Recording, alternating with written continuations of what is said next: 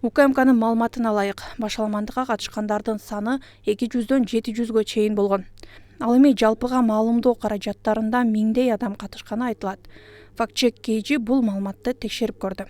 Форум имаратынын жанындагы жатакананын алдына чогулган элдин болжолдуу санын эсептөөгө Самат фотограф аттуу колдонуучунун дрондон тартылган тасмалары мүмкүнчүлүк түздү. Катышуучулар эки аймакты ээлешкен. Биринчи топ май куюучу жайдын чыга беришинде, экинчиси жолдун жээгинде турган. Биринчи топто адамдар жыш турса дагы ортосунан өтүүгө боло турганы даана көрүнүп турат. Экинчи топто адамдар бири-биринен алыс жайгашкандыктан анын жыштыгын төмөндөп баалоого болот. Google Earth тиркемеси биринчи топ болжол менен 120 чарчы метр, экинчиси 50 чарчы метр аянтты ээлегенин көрсөттү.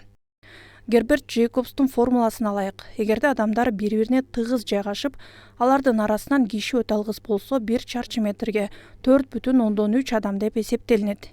Эгер алардын арасынан адам өтө алса, 1 чарчы метрге 2,4 адам деп эсептелинет. Эгер адамдар кол сунарлык аралыкта турса, чарчы метрге 1 адамдан туура келет. Биринчи топтогу адамдардын жыштыгы 1 чарчы метрге 2,4 адам туура келгенин эске алганда, видеого түшкөн адамдардын саны 300гө жакын болгондугу аныкталган. Экинчи топто 1 чарчы метр жерге 1 адамдан деп эсепке алганда, адамдардын саны 50гө жакын болгон.